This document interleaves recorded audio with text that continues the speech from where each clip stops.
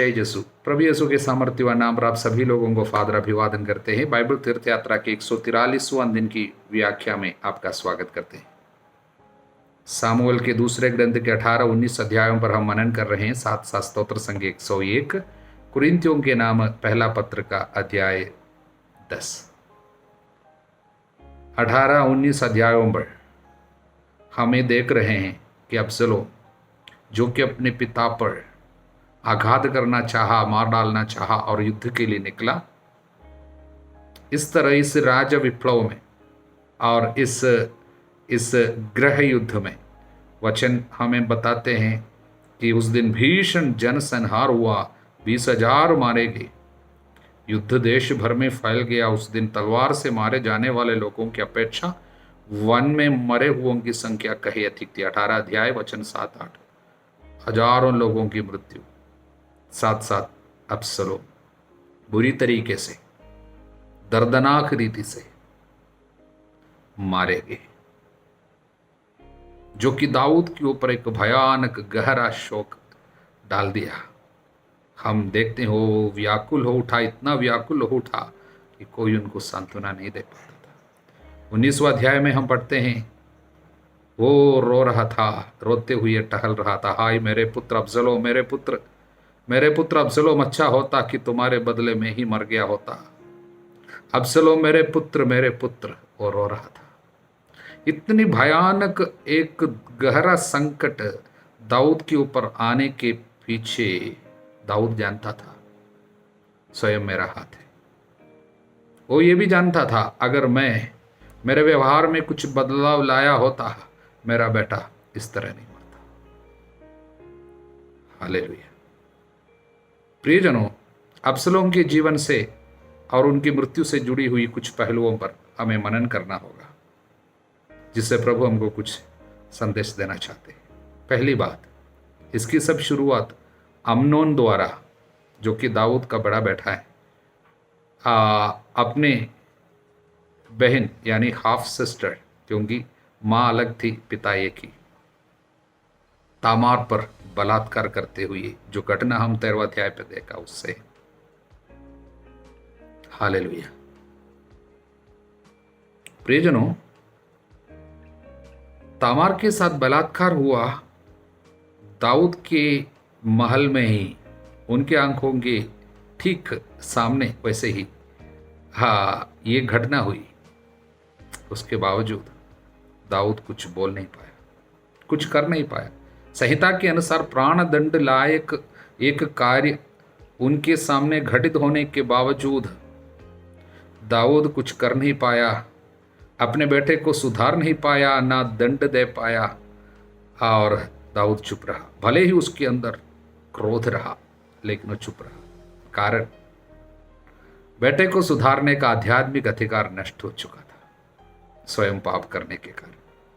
वासना के पाप करके और उस स्त्री को गर्भवती बना के उसके बाद उनके पति को मरवा डालते हुए दाऊद ने जो पाप किया, जिसके चलते बच्चे के ऊपर, बेटे लोगों के ऊपर या बेटी के ऊपर सब आध्यात्मिक अधिकार उनको नष्ट हो गया।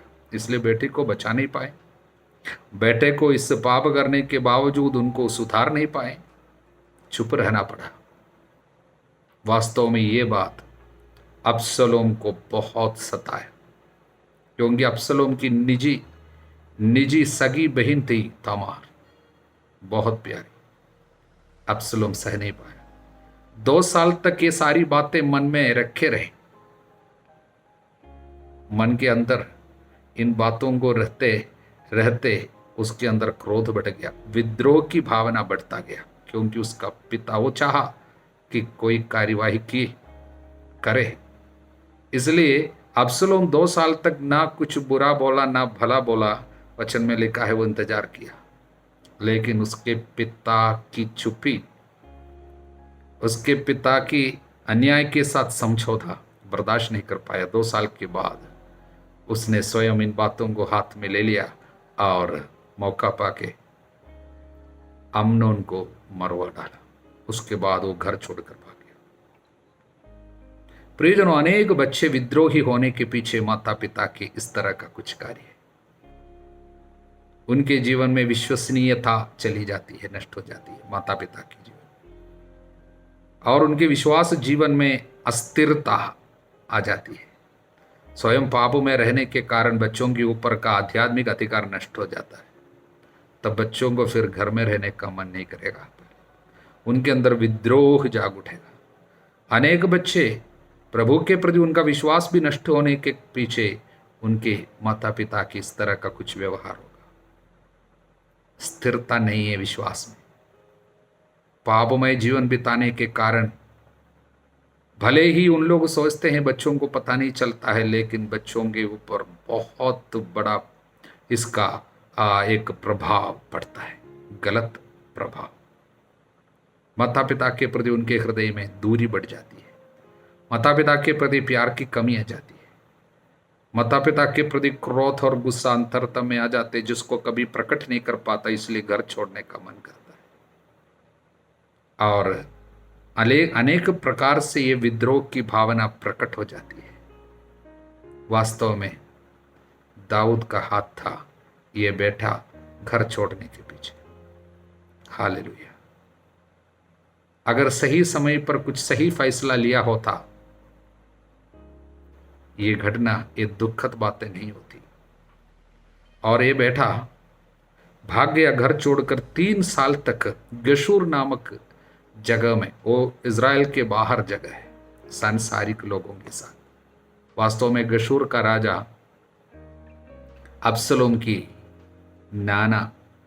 अब्सलोम का नाना रहा, यानी अब्सलोम की माँ का पिता, इसलिए वहां जाकर रहा। 3 साल वहां रहते हुए वो अधिक सांसारिक बन गया, सांसारिक लोगों के साथ, प्रभु के मंदिर से दूर, प्रार्थना से दूर, संहिता से दूर, और सांसारिक लोगों के साथ उनका जीवन। 3 साल तक उनको वहां पर रहना पड़ा। उसके बीच में कभी राजा दाऊद उनको वापस नहीं बुलाया। 3 साल के बाद बुलाने के लिए भी योआब को हस्तक्षेप करना पड़ा, तब जाकर वापस आया। वापस जब आया, हम देखते हैं उनका पिता ना एक बार उनसे मिला। हम देखते हैं अगले 2 साल भले ही वो यरूशलेम में रहा अब्सलोम, लेकिन उनका पिता उनको तिरस्कार करता रहा। एक बार भी उनसे मिला नहीं, मेल मिलाप किया नहीं, प्यार का शब्द बोला नहीं, तिरस्कार किया, इग्नोर्ड हिम, रिजेक्टेड। प्रियजनों, कोई भी बच्चे, कोई भी युवक हो, तिरस्कार जब आता है, तिरस्कार की भावना, अधिक विद्रोही हो जाता है, क्रोध बढ़ता जाता है और घृणा की भावना उत्पन्न होता है। यूं ही सोचने लगता है, if you don't care about me, I will do something to make you care. यदि तू मेरा ख्याल नहीं रखेगा, मैं ऐसा कुछ करूंगा जिससे तू मेरे बारे में सोचे और मेरा ख्याल रखे। ऐसी बातें हुई। अब हम देखते हैं अब्सलोम योआब के खेत जो है, जौ का खेत, उसको जला देता है। देखिए, अंतर की बुराई अब और प्रकट हो जाता है। अंतरतम में वो दबा दबा कर रखा था, ये जो पिता के प्रति जो क्रोध, उसको प्रकट धीरे से कर रहे। तब जाके जब इसने जलाया, तब जाके राजा इनको बुलाता है पास, पहली बार मिलता है। लेकिन उस मिलन में भी क्या हुआ, एक बार एक चुंबन दिया, ना कोई शब्द बोला, ना कोई आंसू है, ना कोई गले लगाता है, ना कोई मेल मिलाप की अच्छा प्रकटन है, केवल एक चुंबन, एक किस दे, बस एक फॉर्मालिटी रहा, उससे अधिक कुछ नहीं हुआ। हालेलुया। प्रियजनों, इन तिरस्कार की भावनाओं के बीच में हम देखते हैं कि ये सच में सांसारिक होकर बढ़ा। तब जाके हम इनकी सांसारिक जीवन का एक प्रकटन हम देखते हैं, वो अधिक अपने बारे में सोचने लगा, अपनी शक्ति पे भरोसा रख, अपनी सुंदरता का वो इस्तेमाल करना चाहा, और इसलिए उसने बाल को बढ़ाया, साल में एक बार बाल काटता था। अब वो मनमानी आचरण पे, अब संहिता पे नहीं। अब हम उनके मुंह से प्रभु का कोई शब्द, ना प्रभु की सोच, प्रभु के बारे में सोचता है, ना प्रभु की बात करता है। वो अपने पे भरोसा रखता है, अपनी सुंदरता का वो इस्तेमाल करेगा और अपने शक्ति पे भरोसा रखने लगा। इसलिए हम क्या पढ़ते हैं, जब जब चुंबन करके अब्सलोम को बुलाने के बाद एक बार चुंबन दिया और उसके बाद भेज दिया। अगला वचन क्या है, 15वां अध्याय शुरुआत 14वां अध्याय के आखिरी वचन था, अब्सलोम को चुंबन दिया। केवल एक बात, आगे उसके अगले ही वचन क्या है, इसके बाद अब्सलोम ने एक रथ और घोड़े तैयार करवाए अपने सामने दौड़ने के लिए 50 आदमी। अब वो अपने विद्रोह को अब सामने ला रहे हैं, यानी अब अपने लिए एक सेना तैयार कर रहे हैं। अपने पिता के विरुद्ध, राजा के विरुद्ध वो विद्रोह करना शुरू कर रहे हैं। और उसके तुरंत बाद फिर हम क्या देखते हैं, जितने भी लोग राजमहल में किसी कार्य में आते हैं उन सभी लोगों को वो लुभाता है, फुसलाता है। वचन 5 अध्याय 15, यदि कोई उसे प्रणाम करने पास आता तो वो अपना हाथ बढ़ाकर उसका आलिंगन कर लेता, उसे चूम लेता। देखिए, ये चुंबन में सच्चा प्यार नहीं है। जैसे पिता उनके साथ किया वह अब उसके खिलाफ इस्तेमाल कर रहे वो चुंबन। पिता ने चुंबन दिया, उसमें सच्चा प्यार नहीं था। अपने बेटे के प्रति शायद उसने सच्चा प्यार प्रकट नहीं, उसके अंदर प्यार रहा होगा शायद, लेकिन प्रकट नहीं किया। कारण अंतरतम में शायद ईगो, अहम, घमंड, ना पिता ना बच्चा ना बैठा दोनों झुकना चाहा। शायद अपने अंदर के घमंड के कारण शायद राजा ऐसा ही किया। विनम्र बनना था, बच्चे को बचाने के लिए कोशिश करना था, लेकिन क्षमा पूर्ण रूप से प्रकट नहीं की। इसका सब पीछे पाप है। राजा का पाप आध्यात्मिक अधिकार बच्चे के ऊपर से हटा दिया, इसलिए बच्चे के प्रति सही, उनकी आत्मा को बचाने, उनके जीवन को सुधारने के लिए सही फैसला राजा होने के बावजूद दाऊद से नहीं हुई। प्रज्ञा भरी कोई कार्य बेटे के लिए नहीं किया, और बेटे के मन में क्या क्या होता था कभी सोचा नहीं। और इसलिए बेटा क्या करता था, वो लोगों को पूरा अपनी ओर आकर्षित करता था, आलिंगन करता था, चूम लेता था। ये सब केवल दिखावा मात्र था, यानी कपटी प्यार। उसके अंतरतम में और कोई योजना थी, लोगों को इकट्ठा करना। उसके लिए वो प्यार का नाटक रचा। अब्सलोम उन सब इस्राएलियों के साथ ऐसा किया करता जो राजा के पास अपने मामले लेके आते थे, और जो बातें लोग सुनना चाहता था ऐसी बातें ये उनसे कहता था। अब्सलोम लोगों को जो बातें पसंद होती थी ऐसी बातें वो उनसे कहता था। अनेक नेता लोग इस प्रकार है, प्यार का नाटक, और जो बातें लोग सुनना चाहता ऐसी बातें बोलते हैं। इस तरह उनका हृदय अपनी ओर आकर्षित करता। अगला वचन, ऐसा करने से अब्सलोम इस्राएलियों के हृदय अपनी ओर आकर्षित करता था। इस्राएलियों का हृदय उसने अपनी ओर आकर्षित किया।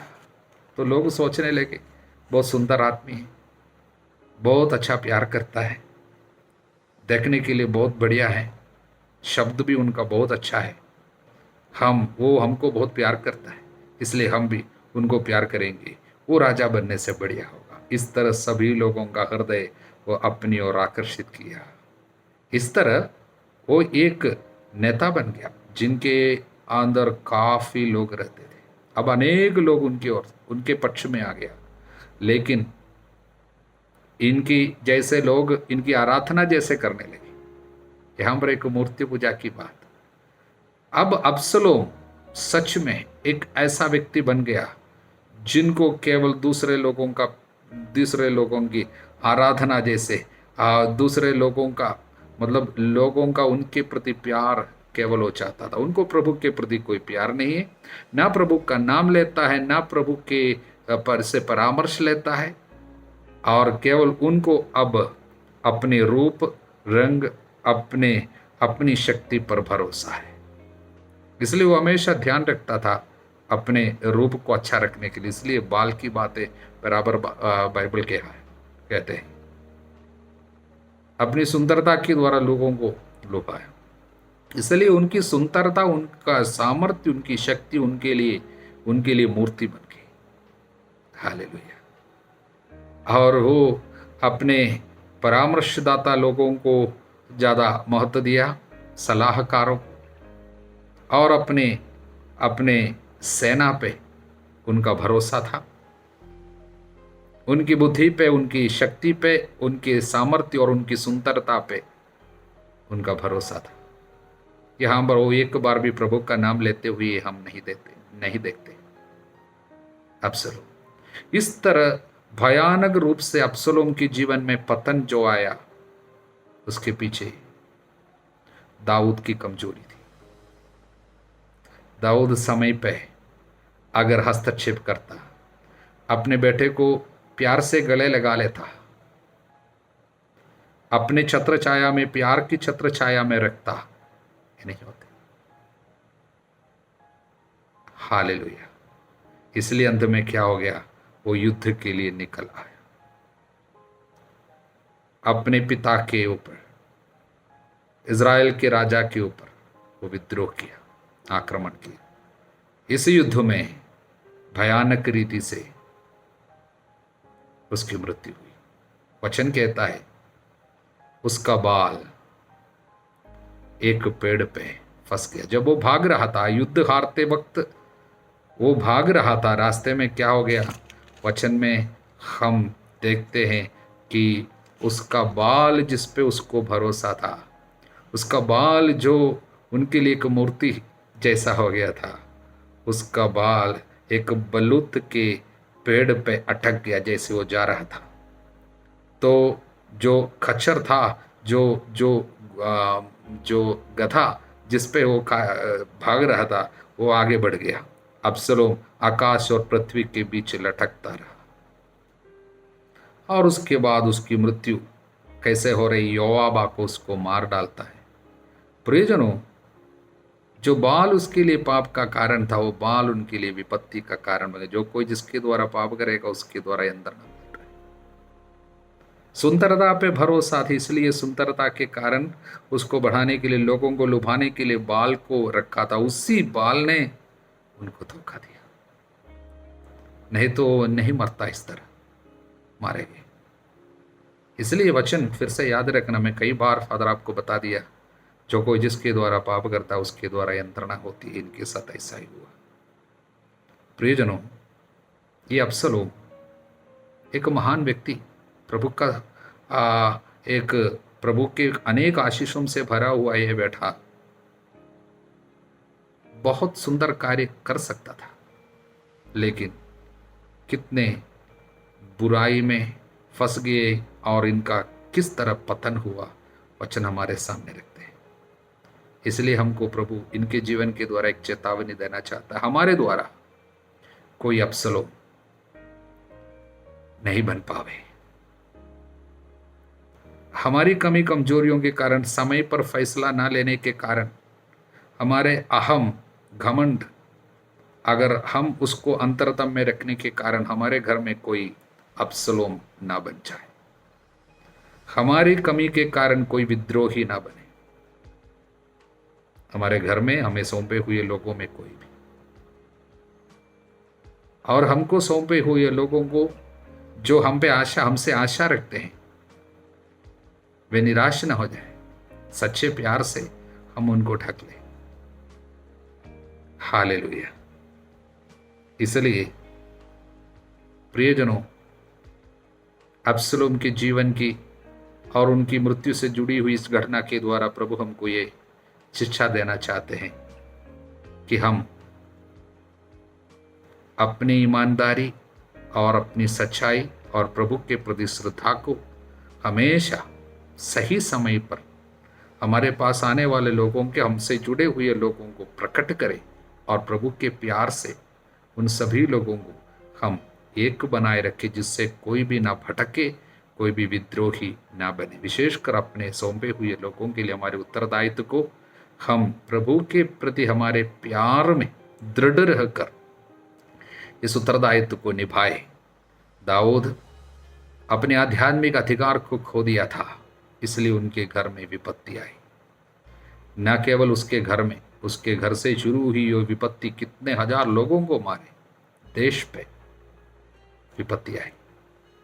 इसलिए एक व्यक्ति, शायद एक पापा या एक मम्मी या एक अधिकारी अपने उत्तरदायित्व को अच्छा से निभाते नहीं, उसका असर देश पे आ जाता है, उसका असर अनेक हजार लोगों तक पहुंच सकता है। इसलिए हमें जो उत्तरदायित्व प्रभु सौंपे है उसको प्यार से हम लोग निभाएं। हालेलुया। स्तोत्र संख्या 101 बहुत ही महत्वपूर्ण स्तोत्र है। हालेलुया। हम सभी लोगों की काफी मदद कर सकते हैं। ये राजा का स्तोत्र माना जाता है, आदर्श राजा का संकल्प। यानी राजा, यहां पर राजा दाऊद का है। दाऊद ये फैसला ले रहा है, प्रभु के सामने बैठकर मनन करने के बाद उनके जीवन के किस समय इसने ये गाया हम नहीं जानते, राजा बनने के तुरंत बाद या बाद में, लेकिन ये अपने जीवन के बारे में सोचकर एक फैसला ले रहे, प्रभु ने मुझे एक अधिकार दिया, राजा बनाया। अब वो कहता है मैं अपने जीवन को किस रीति से बिताऊंगा, मैं न्याय कैसे लोगों को दिलाऊंगा, इसके लिए मेरा एक संकल्प है। अपने व्यक्तिगत जीवन के लिए एक संकल्प है, मेरे साथ रहने वालों के साथ मेरा व्यवहार कैसा होगा, एक संकल्प है। इसलिए वो प्रभु के सामने एक घोषणा करता है। ये बहुत सुंदर घोषणा है। इस स्तोत्र के पहला भाग वचन 1 से 4 तक, वहां पर वो घोषणा कर रहे, मैं अपने जीवन को किस तरह जीऊंगा। घोषणा कर रहे व्यक्तिगत जीवन में संकल्प, जैसा कि मैंने सन्मार्ग पर चलने की ठानी। हालेलुया। उसके पहले मैं तेरे आदर में भजन सुनाऊंगा, गीत गाऊंगा प्रभु के साथ, और मैं अपने जीवन में सन्मार्ग पर चलूंगा। तो कब तक मेरे पास आएगा, मैं प्रभु तेरे इंतजार करूंगा, तेरे लिए तरसूंगा, पहला स्थान तुझे दूंगा, तुझे देखने के लिए मैं इंतजार करूंगा, और मैं अपने घर के आंगन में शुद्ध हृदय से जीवन बिताऊंगा, अपनी आंखों के सामने बुराई सहन नहीं करूंगा।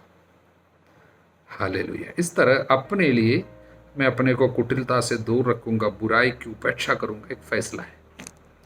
और वचन 5 से 8 तक दूसरों के लिए, जो जिनको तूने मुझे सौंपा है, साथ रहने वाले लोग, उन लोगों के लिए मैं कैसा, उनको मैं किस तरह रखूंगा। मैं छिपकर अपने पड़ोसी की, जो छिपकर पड़ोसी की निंदा करता है मैं उसे चुप रहने के लिए विवश करूंगा, जो इटलाता घमंड करता है मैं उसे अपने पास नहीं रहने दूंगा। इसलिए कौन कौन लोगों को मैं पास में रखूंगा, किस तरह के लोगों को मैं मेरे सेवा में लगाऊंगा, मेरे साथ सेवा करने के लिए लगाऊंगा। इस तरह अगला भाग जो है, दूसरा भाग, दूसरों के लिए उनका निर्णय। प्रियजनों, बहुत सुंदर एक कार्य। पहले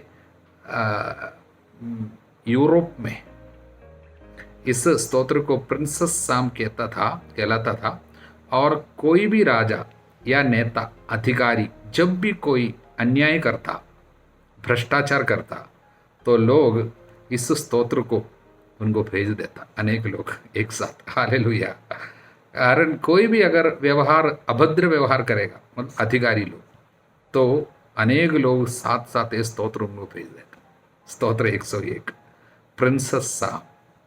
हमारे लिए भी ये बात अच्छी है, यदि कोई अधिकारी अच्छा व्यवहार नहीं करता, यह स्तोत्र उनको दिला सकता है। हालेलुया। और स्वयं आपको कोई अधिकार प्रभु ने सौंपा, इस स्तोत्र को दिल में लगाए रखना। शायद पिता का अधिकार, माता का अधिकार, शायद आप स्कूल का टीचर है, बच्चों के ऊपर अधिकार, कोई भी अधिकार आपको मिला है, कोई ऑफिस में आपको अधिकार नहीं, आपको ये आदर्श राजा का संकल्प अपनाना है। हालेलुया। इसलिए एक बहुत सुंदर, अधिकारियों के लिए बहुत मदद करने वाले एक स्तोत्र है, राजा का संकल्प। इसको हम दिल में लगाए रखेंगे, जिससे प्रभु दूसरे लोगों के लिए हमें अनुग्रह का माध्यम बनावे। हालेलुया। अब हम संत पौलुस के कुरिन्थियों के नाम लिखे पहले पत्र के अध्याय 10 में जरा मनन करेंगे। कुछ विशेष संदेश इसका पहला भाग 1 से 13 तक का वचन। इजरायलियों के जीवन में जो भी घटनाएं हुई है उनसे हमको आज क्या संदेश पाना है। उन्होंने मूर्ति पूजा की और उनको नुकसान हुआ, उन्होंने व्यभिचार की, उनको नुकसान हुआ, उन्होंने भुनभुनाया, उनको नुकसान हुआ। इसलिए अनेक लोग चुने जाने के बावजूद अधिकांश लोग ईश्वर के कृपा पात्र नहीं बन सके, मरुभूमि में ठहर हो गई। उसका कारण बताए गए। और वचन 11, यह सब दृष्टांत के रूप में उन पर भी था, हमें चेतावनी देने के लिए लिखा गया। इसलिए चेतावनी इनसे लेना है। इसलिए क्या चेतावनी हमको लेनी चाहिए, ये अध्याय में 1 से 13 तक का वचन में पढ़े हैं। संक्षिप्त में 11, 12, 13 हमको संदेश देते हैं। हालेलुया। ये पहली बात। दूसरी बात, दूसरे भाग में 14 से 33 तक के उसमें मूर्ति पूजा से जुड़ी हुई बातों को और एक बार हमारे सामने रख रहे हैं। पहले कई बार, विशेषकर 8वां अध्याय में संत पौलुस ने कहा है कि देवता को चढ़ाए हुए मांस की कोई विशेषता नहीं है, देव मूर्तियों का कोई महत्व नहीं है, क्योंकि ऐसी कोई देवता है ही नहीं। एकमात्र ईश्वर है, सृष्टिकर्ता ईश्वर। प्रभु ईसा मसीह में उसने अपने को पूर्ण रूप से प्रकट किया, इस्राएल का ईश्वर, उसे छोड़कर और कोई नहीं। धरती और पृथ्वी का सब कुछ उसका है। ये विश्वास आप करेंगे, आप आज़ाद हैं, फ्रीडम आपको मिलते हैं। आप किसी चीज से डरने की आपकी जरूरत नहीं। मूर्तियों से डरना नहीं, क्योंकि उसमें कुछ है ही नहीं, ऐसी कोई ईश्वर है ही नहीं। देवता की आराधना उन लोग जो करते हैं, लेकिन ऐसी कोई देवता वास्तव में है ही नहीं है। एक ही ईश्वर, सच्चा ईश्वर।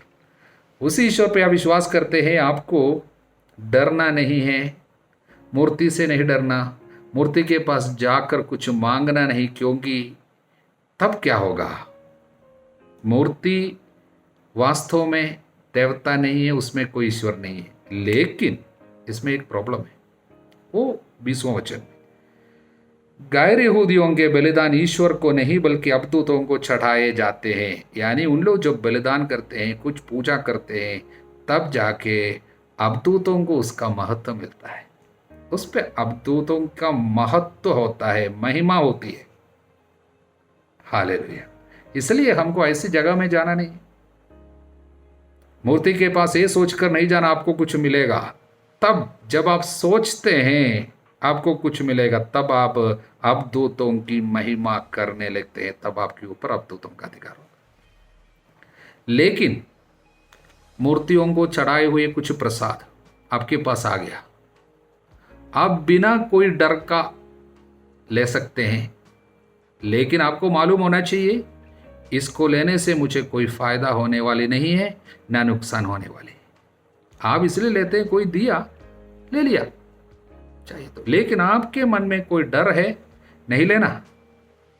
आपको कोई देख रहा है, जो विश्वासी लोग देख रहे हैं और उनको नुकसान होगा, उनको चोट पहुंचता है, तो बिल्कुल नहीं लेना उनके लिए, उनके कारण। लेकिन आप विश्वास पूरा करते हैं, प्रभु में आपका विश्वास पक्का है, आपको मालूम मुझे दूसरा किसी से कोई नुकसान नहीं होगा, मेरा प्रभु मेरे साथ है, आप कुछ भी ग्रहण कर सकता है, कोई नुकसान है, कोई नुकसान नहीं होगा।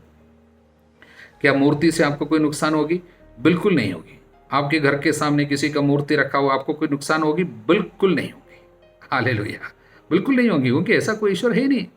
लेकिन जब आप किसी की मूर्ति की जगह में, किसी मूर्ति की जगह में, पूजा के जगह में जाते हैं, ये सोचकर कि मुझे कोई फायदा वहां से मिलेगी, उनके प्रसाद इसलिए ग्रहण करते हैं मुझे कोई फायदा मिलेगी, तब आप देव मूर्तियों के उस प्रसाद को खाते हुए अबदूतों के भागी बन रहे हैं। तब आपके ऊपर अबदूतों की अधिकार होंगे, अबदूतों का अधिकार होगा, क्योंकि देव मूर्तियों का लिए गैर यहूदियों का बलिदान ईश्वर को नहीं, अबदूतों को चढ़ाए जाते हैं। इसलिए अबदूतों में अभागी बनेंगे, अबदूतों के अधिकार आपके ऊपर आएंगे, उसकी महिमा आप कर रहे हैं, इसलिए विश्वास करते हुए। इसलिए कोई फायदा हमको होगी बोलकर किसी मंदिर पे नहीं जाना, यानी अब अन्य गैर यहूदियों की, यानी गैर मसीहियों के पूजा जगह में इसलिए नहीं जाना कि आपको कोई फायदा होगी बोलकर जाना नहीं है। हालेलुया। और हम लोग उनके प्रसाद को इसलिए ग्रहण नहीं करना ये सोचकर कि आपको कोई उससे कोई पुण्य मिलेगा, कोई पुरस्कार मिलेगा, कोई फायदा होगी सोच कर नहीं लेना, तब आपको नुकसान होगा, क्योंकि आप अवधूतों की महिमा कर रहे हैं। लेकिन आपको कोई भोजन के लिए बुलाया, गैर मसीही कोई भोजन के लिए बुलाए, उन लोग शायद उनके देव मूर्तियों को अर्पित किया था, कोई प्रार्थना उनकी देवताओं से किया था, उसके बाद वो भोजन आपको चढ़ाया, आपको दिया, आपको कोई नुकसान नहीं होंगे। जो भी चढ़ाया जाता है धन्यवाद के साथ ग्रहण करना, क्योंकि पृथ्वी और उसमें जो कुछ प्रभु का है। हालेलुया। लेकिन उनके प्रसाद जब आपको दी जाती है, आपको पता चलता है प्रसाद है और आप स्वीकार करते हैं ये सोचकर कि आपको उससे कोई फायदा होगी, तब आप अवधूतों की भागी बन रहे हैं। ऐसा नहीं लेना। इसलिए मुख्य संदेश क्या है? जहां पर कोई मंदिर है और अन्य गैर मसीह होंगे कोई भी मंदिर है, वहां पर जाकर आराधना में भाग नहीं लेना और उनके प्रसाद वहां पर जाकर खाना नहीं। लेकिन आपके पास कोई प्रसाद आ रहे हैं तो आप यूं ही खा सकते हैं, ये सोचकर नहीं आपको कोई फायदा होगी और ये डरते हुए नहीं कि आपको कोई नुकसान होंगे। हाँ, प्रभु में विश्वास कीजिए और जो भी भोजन है आप चाहते हैं तो खा सकते हैं, आपको कोई नुकसान नहीं होगी। हालेलुया। देव मूर्तियों से डरना नहीं, उसमें कोई शक्ति नहीं है। जब तक आप ये विश्वास नहीं करता कि इसमें कोई शक्ति है और मुझे कोई फायदा मिलेगी करके जब जाता है, आपको अवधूतों के अधिकार आपके ऊपर आ जाते हैं। ये प्रभु की निंदा है। हालेलुया। साथ में दूसरे किसी को नुकसान होती है, हम कुछ खाने से दूसरों को नुकसान होता है, उनके कल्याणार्थ हमको छोड़ देना चाहिए, ऐसा कार्य नहीं करना चाहिए। इसमें सबसे मुख्य बात आज़ादी। प्रभु हमको आज़ादी के लिए बुलाया। प्रभु का विश्वास, प्रभु पर हमारा विश्वास हमको आज़ाद करता, हमको डरना नहीं, अन्य देवी देवताओं से डरना नहीं, उनकी पूजा से डरना नहीं, उधर कोई मंदिर है इसलिए हमको डरना नहीं, बिल्कुल नहीं। अगर हम लोग कुछ नहीं करेगा तो उनकी देवता हमको मारेगा, बिल्कुल नहीं, ऐसा सोचना नहीं है।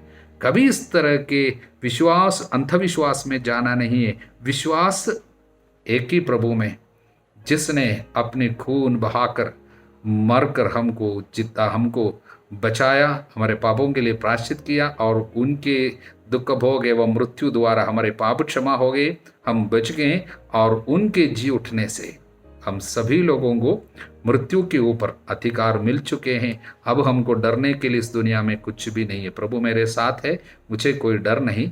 मनुष्य मेरा या ये अवधूत मेरा, ये मूर्तियां मेरी क्या बिगाड़ सकते हैं। हालेलुया। हमारे प्रभु यीशु मसीह की कृपा, ईश्वर का प्रेम, पवित्र आत्मा का सहचर्य आप सभी लोगों को प्राप्त हो अब सदा सर्वदा अनंत काल तक। आमीन।